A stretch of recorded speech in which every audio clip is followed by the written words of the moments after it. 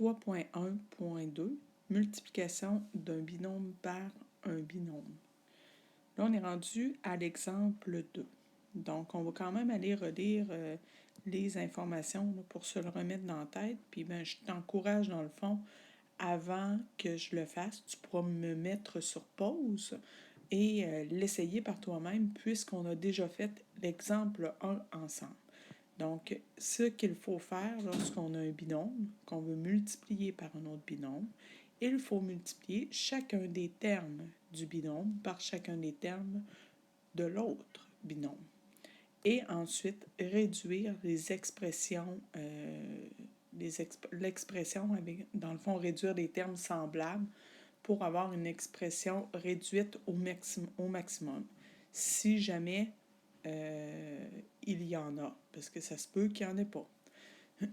Alors, sachant ça, là, c'est le moment où est-ce que tu vas me placer, tu pourrais me mettre sur pause et regarder si tu es capable de le faire par toi-même. Donc, moi, je pars, je te donne l'explication. Donc, on a dit qu'on multipliait chacun des termes. Donc, mon 4x, je vais le multiplier ici avec mon x, ce qui va me donner 4x2, puisque lorsque je multiplie, je dois additionner les exposants de mes termes semblables. J'ai multiplié mes coefficients en premier ensemble, 4 fois 1, qui m'a donné mon 4, x1 fois x1 qui m'a donné mon x2, puisque lorsque je multiplie deux variables, je dois additionner mes exposants. Par la suite, je m'en viens faire 4 fois moins 8. Donc, 4 fois moins 8, ça me donne moins 32. J'ai un x dans mon 4x, j'en ai pas dans mon terme moins 8. Donc, ce que je fais, c'est que je ramène mon terme ici et ça s'arrête là. Par la suite, je m'en viens prendre mon deuxième terme. Donc, j'ai bien souligné le plus parce que si ça avait été un moins, ça aurait eu une influence ici. Donc, fais attention de toujours prendre ton signe qui est devant. Donc, mon 7, je m'en viens de multiplier avec mon x dans mon autre parenthèse. Donc, ça va me donner plus, puisque c'est 7. N'oublie pas d'écrire ton plus. Donc, ça me donne 7. Donc, ça me donne plus 7. 7 fois x, donc 7x. C'est comme si j'avais fait 7 fois 1, qui me donne 7. Je n'ai pas de x dans le premier, mais j'en ai un dans le deuxième. Donc, je l'insère dans mon expression, dans ma nouvelle expression. 7 fois moins 8, donc 7 fois moins 8 me donne moins 56. Et là, par la suite, ce qui me reste à faire, c'est d'aller valider si j'ai des termes qui sont semblables. Alors, si je regarde 4x2, est-ce que j'ai un autre terme en 4x2? Non, non et non. Donc, je n'ai pas d'autres termes en 4x2. Par contre, j'ai un terme qui est en x ici et j'ai un autre terme en x ici. Si ça peut t'aider, je t'encourage à aller les encadrer, les surligner, fais ce que tu veux, mais juste pour te donner un point de repère visuel. Si tu es capable de le faire sans ça, tu peux le faire aussi. Donc, 4x2 moins 32 plus 7, ce qui me donne moins 25x moins 56. Donc, ça, c'est mon expression qui est réduite au maximum. Je peux toujours revérifier une fois que je pense que j'ai terminé. Voici un terme en x2, voici un terme en x, et voici un terme où est-ce qu'il n'y a aucune variable. Donc, effectivement, j'ai réduit au maximum mon expression. Tu peux refaire une pause ici, réessayer l'exemple 3. Puis moi, je te fais la démonstration, comment le faire. Je vais y aller un petit peu plus rapidement cette fois-ci, puisque c'est un troisième exemple.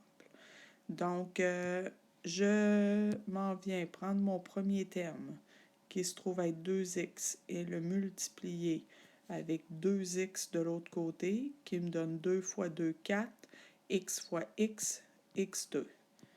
2x fois moins 4, donc 2 fois moins 4, moins 8, et x fois p, ça va me donner xp.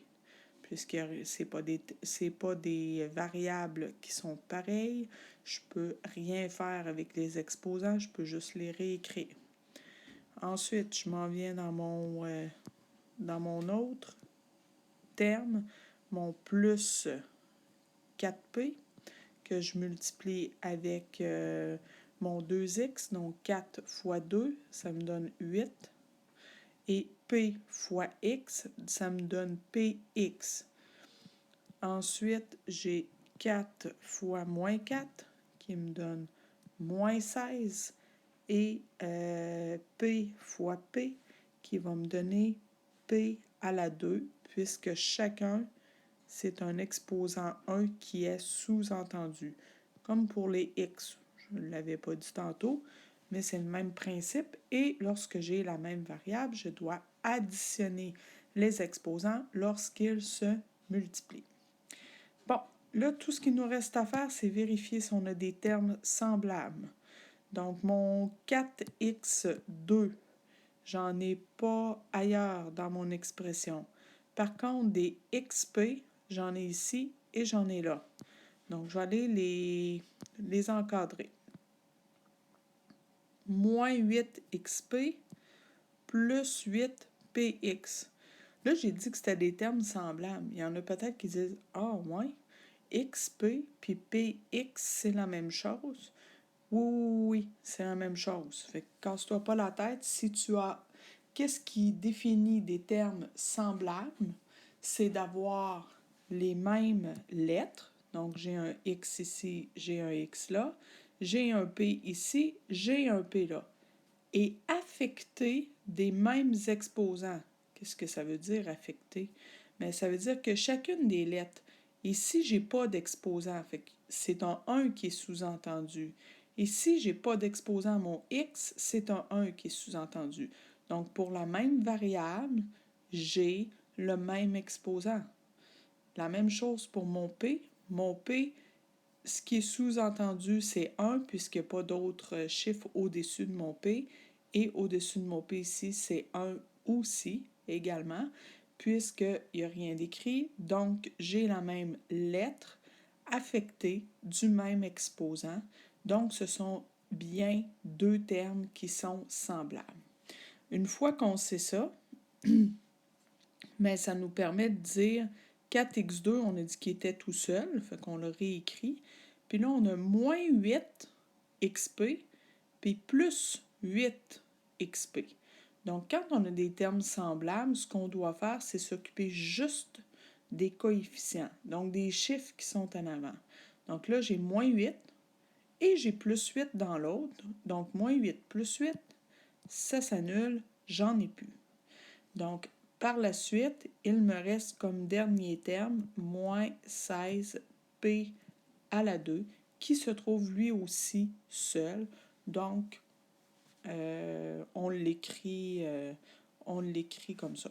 Donc, maintenant, notre expression, vérification finale, j'ai 4x2, j'ai 16p2.